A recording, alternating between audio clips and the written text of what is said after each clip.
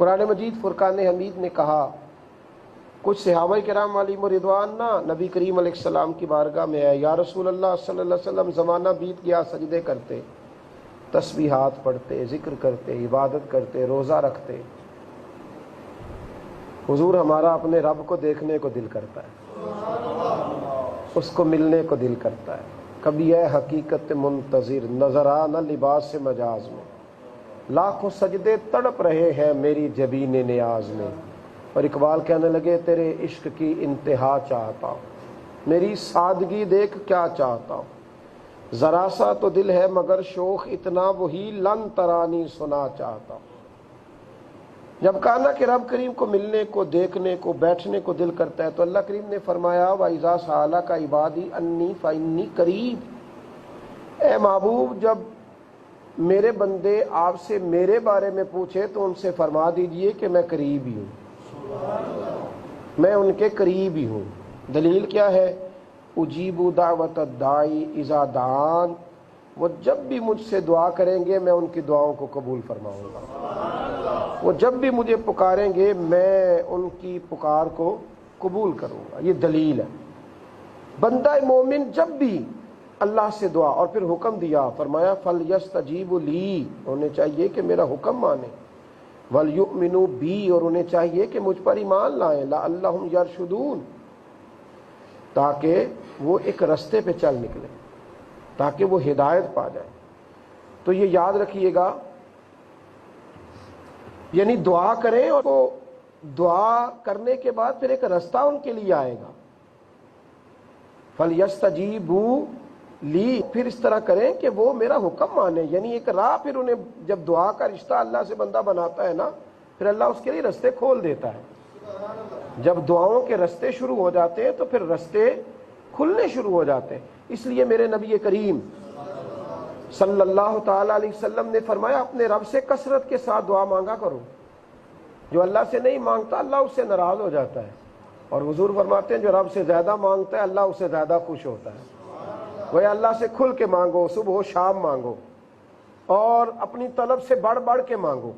اور حضور صلی اللہ علیہ وسلم نے ایک مقام پہ فرمایا کہ دعا عبادت کا مغز ہے، اور ایک مقام پہ فرمایا دعا خود ایک عبادت ہے۔ اور حضور علیہ الصلوۃ والسلام ارشاد فرمانے لگے رب کی نظر میں سب سے معزز انسان وہ ہے جو اللہ سے دعائیں زیادہ مانگتا ہے۔ دعا بندے کا اللہ سے رشتہ ہے۔ آپ محسوس کرتے ہیں کہ جب انسان بڑی تکلیف میں ہوتا ہے تو اس کا دل کرتا ہے اسے کوئی اپنا قریبی ملے، رازدار ملے، اور انسان اس کے پاس جائے تو کھل کے نہ دکھڑا بیان کرے، آہوزاری کرے، اس کی بارگاہ میں عرض کرے، اس کو سارا کچھ بتائے، تو وہ محسوس کرتا ہے کہ کوئی ایک اور مل گیا جو اس کا رازدار بن گیا ہے، میرا دل ہلکا ہو گیا ہے۔ جب کسی بندے کے ساتھ انسان دکھ اپنا بیان کر لے تو دل ہلکا ہو جاتا ہے، تو اگر وہ اپنے رب کی بارگاہ میں عرض کرے، اگر وہ اللہ کے حضور عرض کرے۔ ترمذی شریف میں حدیث ہے، نبی کریم علیہ الصلوۃ والسلام فرماتے ہیں اگر لوگوں سے اپنی غربت بیان کرو گے تو اللہ تمہیں غنی نہیں کرے گا، لیکن اگر تم اپنے دکھ اپنے رب سے بیان کرو گے تو جلدی یا دیر سے اللہ تمہیں لوگوں سے بے نیاز کر دے گا، تمہیں غنی کر دے گا رب کریم۔ اپنے دکھڑے اپنے رب سے بیان کریں، اس کی بارگاہ میں دعائیں مانگیں، اس کے حضور التجائے کریں، دعا کا رشتہ لگائیں اللہ کے ساتھ۔ ہاں کچھ آداب ہیں دعا کے، ان آداب کے سمیت دعا کریں۔ سب سے پہلی بات تو دعا گڑ گڑا کے کریں، عاجزی کے ساتھ کریں، شرمندگی کے ساتھ کریں۔ بھئی کسی آدمی سے کچھ پیسے ادھار بھی لینے ہو تو اس کو اپنے حق میں مائل بندہ کتنی درد سے کرتا ہے، کتنے شوق سے کرتا ہے، کتنی عاجزی بیان کرتا ہے۔ اور اگر رب کریم کو منانا ہو، پہلی تو بات یہ کہ عاجزی کے ساتھ دعا کریں، گڑ گڑائیں، اس کے حضور حاضر ہوں۔ اور پھر یہ کہ دعا صرف زبان سے نہیں ہونی چاہیے۔ ہمارے ہاں دعا ہوتی ہے تو لفظ کچھ ادا ہو رہے ہوتے ہیں تو دل کہیں اور گردش کر رہا ہوتا ہے۔ حضرت موسیٰ کلیم اللہ علیہ الصلوۃ والسلام نے اللہ کی بارگاہ میں عرض کی کہ مولا میری قوم کہتی ہے کہ تو ان کی دعائیں قبول نہیں فرماتا، تو رب کریم نے فرمایا موسیٰ ان کے لفظ میرے ساتھ ہوتے ہیں، دل میرے ساتھ نہیں ہوتے۔ اللہ کی بارگاہ میں انسان دعا مانگے اور پھر اس کی توجہ کسی اور جانب ہو۔ دیکھیں نا یہاں ہمارے پاس مساجد میں، کسی ادارے میں صبح اگر کوئی بچہ سبق پڑھنے آتا ہے وہ کسی بھی استاد کے سامنے، تو پڑھتے ہوئے اگر دائیں بائیں دیکھتا ہے تو استاد برا محسوس کرتا ہے کہ بھئی یہاں تو سبق پڑھ رہا ہے، یہاں تو عبارت دیکھ رہا ہے، یہاں تو سنا رہا ہے، اور توجہ تیری کہاں ہے؟ یہ چیز گراں گزرتی ہے تو آپ رب کی بارگاہ میں دعا مانگ رہے ہیں،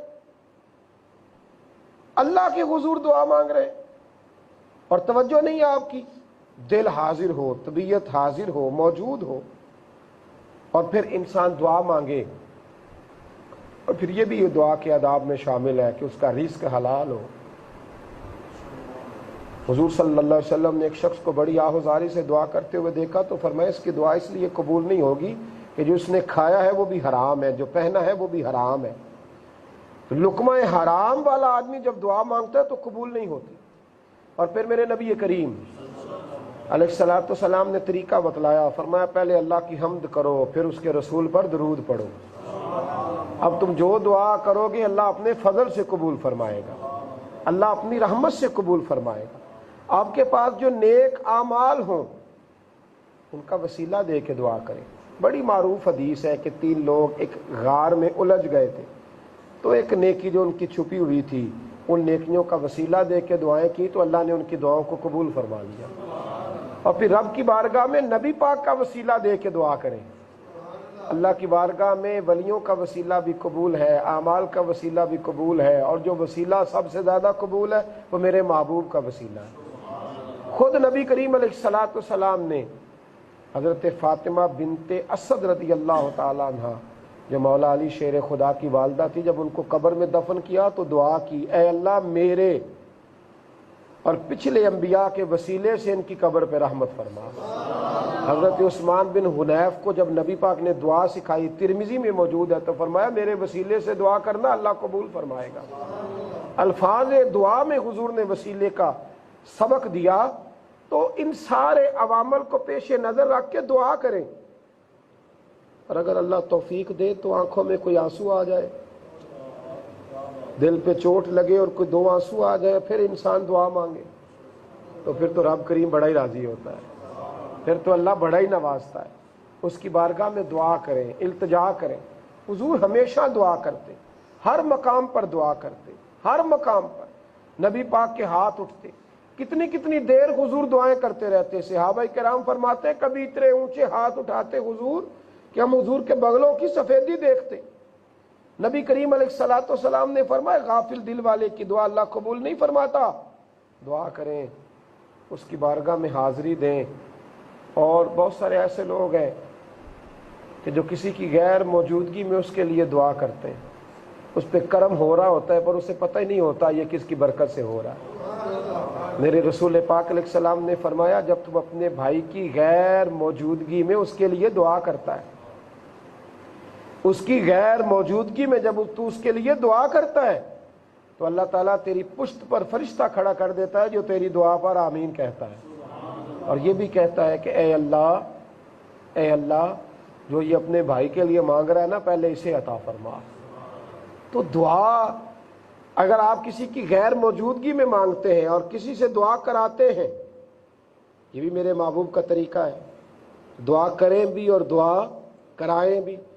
حضرت عمر فاروق رضی اللہ تعالیٰ عنہ فرماتے ہیں مجھے وہ وقت نہیں بھولتا جب میں نے نبی کریم علیہ السلام سے اجازت طلب کی تھی کہ یا رسول اللہ میں عمرے کے لیے جانا چاہتا ہوں، تو حضور نے فرمایا جاؤ، اور پھر ایک جملہ حضور نے کہا مجھے کبھی نہیں بھولا، حضور نے فرمایا عمر میرے بھائی ہمیں بھی اپنی دعاؤں میں یاد کر دو۔ فرماتے قربان جاؤں میں رو پڑا حضور، میں اور آپ کے لیے دعا کروں، تو امیر حرم میں فقیر بے نوا، تو کجا من کجا۔ دعا کرائیں بھی، کسی سے کہیں کہ وہ 2 جملے دعا کے کہہ دے۔ میرے نبی کریم نے حضرت عمر فاروق سے مولا علی سے کہا تھا جب اویس کرنی سے ملنا نہ تو اسے کہنا میری امت کے لیے دعا کرے، اسے کہنا میری امت کے لیے دعا کرے۔ حضور نے دعائیں کرائیں، حضور کو حاجت نہ تھی پر ہماری تربیت کے لیے کرائیں، ہماری تربیت کے لیے کرائیں۔ حضرت ابو بکر صدیق رضی اللہ تعالیٰ عنہ نے سیدہ عائشہ صدیقہ رضی اللہ تعالیٰ عنہ سے فرمائش کی، فرمایا عائشہ جس دن دیکھو نا حضور غم امت میں پریشان زیادہ نہیں ہے اور محبوب مسکرا رہے ہیں تو عائشہ میری اور اپنی بخشش کی دعا کرا لینا۔ میری اور اپنی بخشش کی دعا کرا لینا۔ تو نبی پاک سے دعا کرانا، نبی کریم علیہ الصلوۃ والسلام نے صحابہ کو سکھایا تھا کسی سے دعا کرانا، تو وہ دعائیں کرایا کرتے تھے۔ ایک ہوتا ہے دعا کرنا، ایک ہے دعا دینا، ایک ہے دعا کرانا، اور ایک ہے بندہ کام ایسا کرے کہ اس کے لیے دعا نکل جائے، خود بخود کوئی دعا دے دے۔ یہ بھی بڑا ہی کمال ہے۔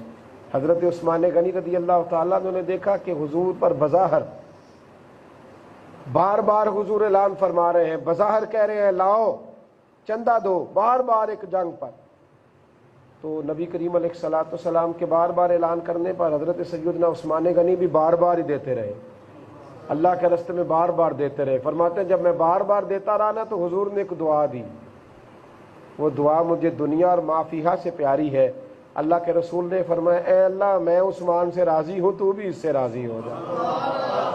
حضور نے دعا دی، فرماتے ہیں میں دنیا اور ما فیہا سے میرے لیے بہتر۔ کچھ کام آج بھی ہمیں نبی پاک کی دعا مل سکتی ہے۔ حضور نے دعا دی تھی اے اللہ جو میری حدیثیں یاد کر کے آگے پہنچائے اس کے چہرے کو ہمیشہ تر و تازہ رکھنا۔ آج بھی دعائیں لے سکتے ہیں، محبوب کی دعائیں آج بھی ہمارے حق میں موجود ہیں۔ میرے رسول کریم علیہ السلام نے کہا اللہ کی بارگاہ میں دعا مانگو، گڑ گڑا کے مانگو، اور فرمایا رب حیا والا ہے۔ یا رسول اللہ کیا مانا؟ فرمایا وہ حیا والا، جب اس کا بندہ ہاتھ پھیلاتا ہے تو وہ کہتا ہے مجھے حیا آتی ہے کہ اس نے اتنے بڑے مالک کی بارگاہ میں بڑا جان کر ہاتھ پھیلائے ہیں تو خالی لوٹا دوں، اسے حیا آتی ہے، جب ہاتھ پھیلاتے ہو تو جھولی بھر کے عطا کرتا ہے۔ نبی کریم علیہ السلام اللہ سے مانگنے کا حکم دیتے، اور نبی پاک صلی اللہ تعالی علیہ وسلم ہمیں یہ رستہ دکھاتے کہ ہمیں رب کریم سے مانگنا چاہیے۔ ایک درویش تھے، ان سے کسی نے کہا بابا جی آپ کو دعا میں بڑی دلچسپی ہے اور بڑے شوق سے مانگتے ہیں تو کہاں سے سیکھا؟ فرمانے لگے اپنی بیوی سے سیکھا ہے،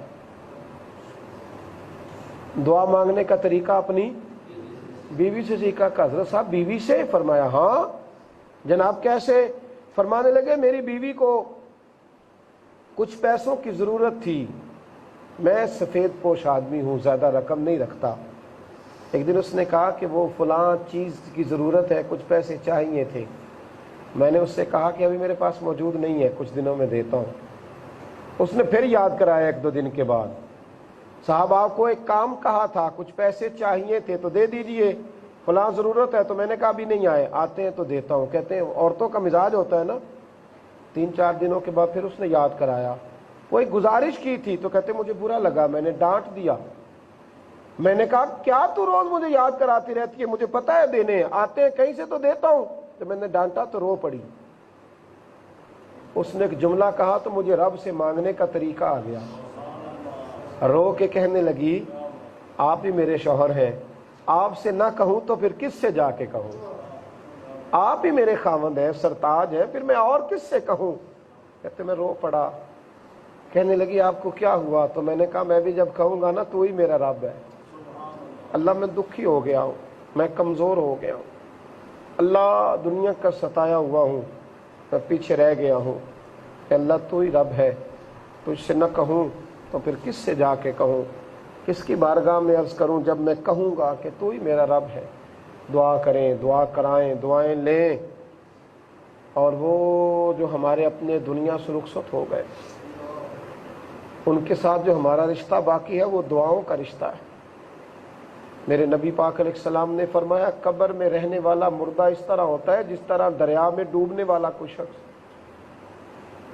اور جس طرح دریا میں ڈوبنے والا کشتی اور سہارے کا انتظار کرتا ہے، قبر میں لیٹا ہوا دعاؤں کا انتظار کرتا ہے۔ وہ وہاں لیٹا انتظار کرتا ہے کہ میرا بھائی میرے لیے دعا کرے، وہ انتظار کرتا ہے کہ میرا بیٹا میرے لیے دعا کرے، وہ انتظار کرتا ہے کہ میری بیٹی میرے لیے دعا کرے۔ دعا وہ قیمتی تحفہ ہے جس کو قبروں میں جانے والے بھی انتظار کر رہے ہیں۔ کوئی دعا کرے، کوئی دوست دعا کر دے، کوئی دعا کر دے، قبروں میں لیٹے انتظار کر رہے ہیں۔ اگر کسی کے بچے لیٹے ہیں تو وہ ماں باپ کی دعاؤں کے منتظر ہیں، دوست لیٹے ہیں تو دوستوں کی دعاؤں کے منتظر ہیں۔ اور میرے نبی کریم علیہ السلام نے فرمایا جب تم دعا کرتے ہو تو جس طرح دریا میں ڈوبنے والے کے ہاتھ سہارا آئے تو اسے خوشی ہوتی ہے، قبر والے کے پاس دعا پہنچتی ہے تو اسے خوشی ہوتی ہے، ان کے لیے دعائیں کریں۔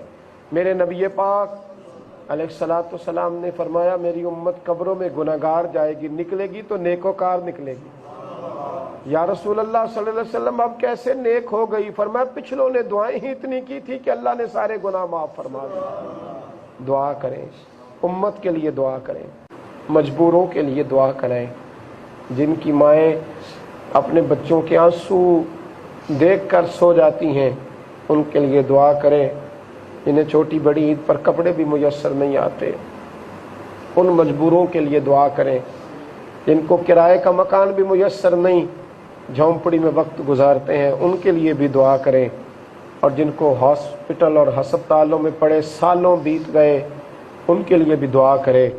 میرے محبوب کی ساری امت کے لیے دعا کریں کہ اللہ کریم ان پر رحمتیں فرمائے، اللہ ان پر فضل فرمائے، اللہ ان کے لیے خیر والا معاملہ فرمائے۔ آپ دعا کریں، آپ جس جس کے لیے دعا کرتے جائیں گے وہ ساری چیزیں اللہ آپ کو عطا کرتا جائے گا۔